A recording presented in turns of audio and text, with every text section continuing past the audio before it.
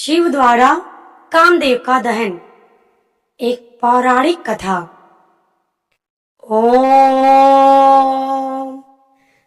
जहां वासना भी तप के सामने पराजित हो, जहां वासना भी तप के सामने पराजित हो जाती है, वहीं महादेव की कथा जन्म लेती है।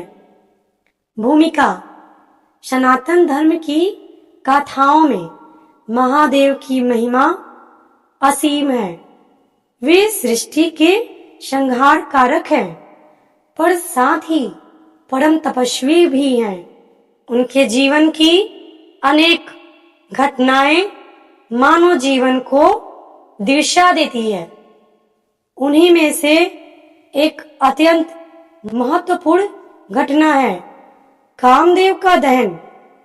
यह घटना न केवल ब्रह्मचर्य और संयम का प्रतीक है, बल्कि यह भी दर्शाती है कि सच्चा प्रेम वासना से परे होता है और ईश्वर की इच्छा के बिना कोई इच्छा जागृत नहीं होती।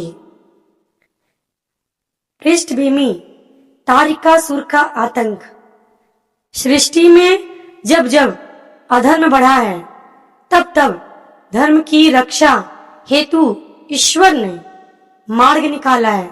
त्रिकालदर्शी ऋषियों ने एक बार ब्रह्मा जी से प्रश्न किया, हे सृष्टिकर्ता, संसार में राक्षसी प्रवृत्तियां क्यों बढ़ती जा रही हैं? ब्रह्मा जी बोले, जब कोई अत्यधिक तप करता है और अपनी शक्ति का दुरुपयोग करता है, तब ऐसी शक्तियां जन्म लेती हैं। ऐसा ही एक दैत्य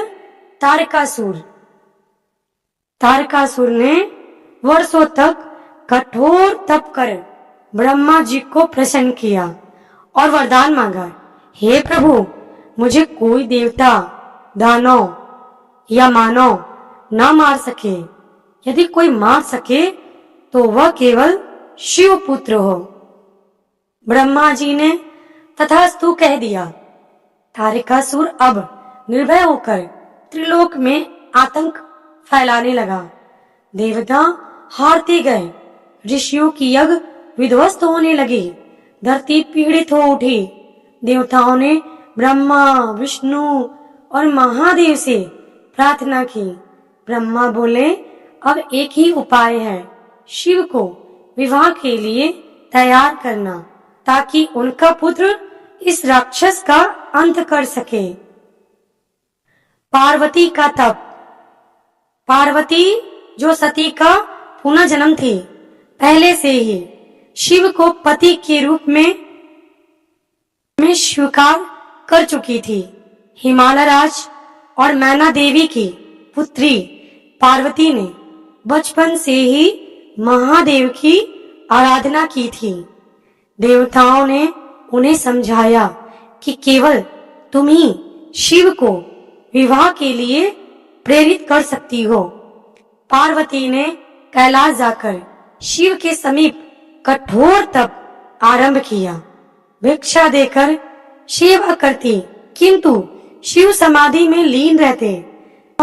देवताओं को चिंता हुई, यदि शिव समाधि से नहीं जागे तो तारकासुर का वध असंभव हो जाएगा। ऐसे में देवताओं ने कामदेव से प्रार्थना की कि वह शिव की समाधि भंग करे। कामदेव का आगमन। कामदेव जो रति के पति और प्रेम के देवता माने जाते हैं, अपनी सौंदर्य बाणों की शक्ति से किसी को भी मोह में डाल सकते थे। वे घबराए, पर देवताओं के आग्रह पर वे चल पड़े कैलाश की ओर। उनके साथ उनकी पत्नी रति, वसंत ऋतु फूलों की वर्षा करने वाले गंधर्व और अप्सराएं थी। वातावरण को मधुर और आकर्षक बनाया गया।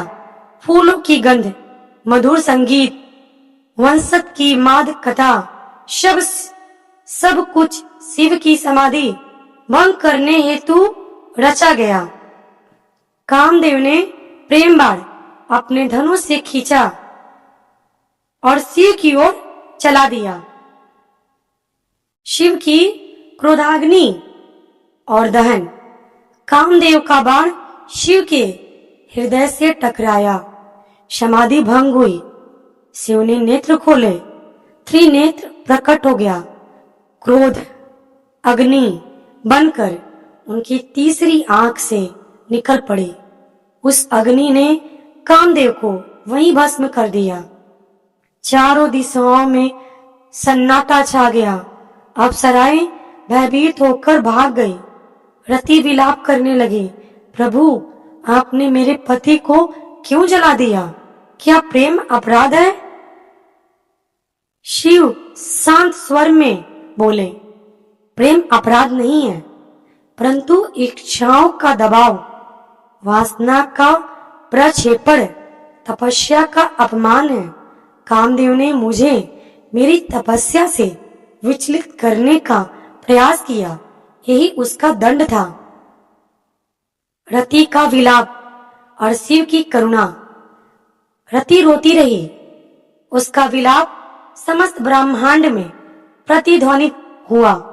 देवताओं ने शिव से प्रार्थना की, हे प्रभु यह कार्य हमारी प्रेरणा से हुआ। रति तो निर्दोष है, कामदेव को पुनः जीवन दीजिए। शिव बोले, कामदेव अब स्थूल शरीर में नहीं रह सकेगा, परंतु वह सूक्ष्म रूप में सृष्टि में सदा विद्यमान रहेगा।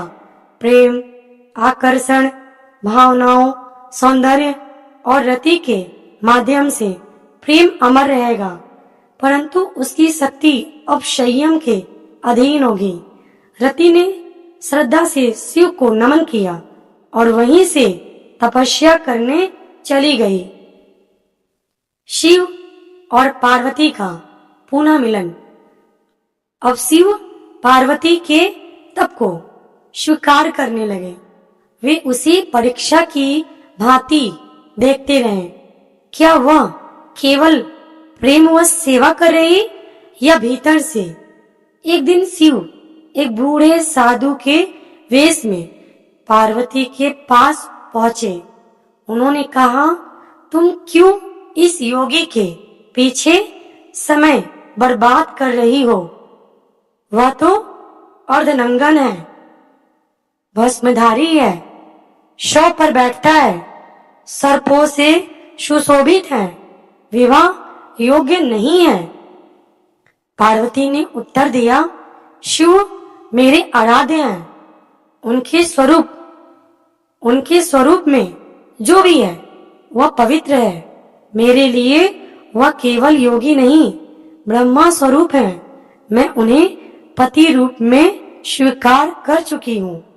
यह सुनते ही शिव ने अपना असली रूप प्रकट किया और कहा, तुम्हारी भक्ति और तप से मैं प्रसन्न हूँ। पार्वती, मैं तुम्हें अपनी अर्धांगिनी बनाऊंगा। ओम। शिव पार्वती विवाह और तारकासुर का वध।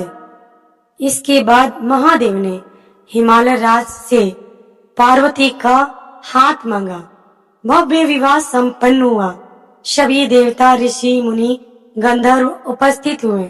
शिव और पार्वती का यह विवाह ब्रह्मांड की सबसे अलौकिक घटना बनी। कालांतर में शिव पार्वती के पुत्र कार्तिकेय स्कंद कुमार का जन्म हुआ। वही बालक बड़े होकर तारकासुर का वध किया और त्रिलोक में पुनः धर्म की स्थापना होती है। इस कथा का सार कामदेव का दहन यह बताता है कि इच्छा जब तपस्या को चुनौती देती है तो उसका दमन होता है। शिव तीसरे नेत्र के स्वामी हैं, जो सत्य को भेद कर देखता है। प्रेम अगर रति और भक्ति का संगम हो तो वह सर्वकाय होता है। जैसे पार्वती का प्रेम। शिव के जीवन की यह घटना बताती है कि संयम और विवेक ही वास्तविक शक्ति है। उपसंहार, जहां इच्छाओं की आग जलती है, वहां शिव का शांत रूप में तप में लीन रहता है, परंतु जब वो इच्छाएं तप को चुनौती देती है तो वहां प्रकट होती है तीसरी आंख की अग्नि, जो सब कुछ भस्म कर देती है। कामदेव आज भी जीवित है हमारे भीतर, हमारी भावनाओं में, परंतु शिव का वास भी वही है, ध्यान में, संयम में, विवेक में।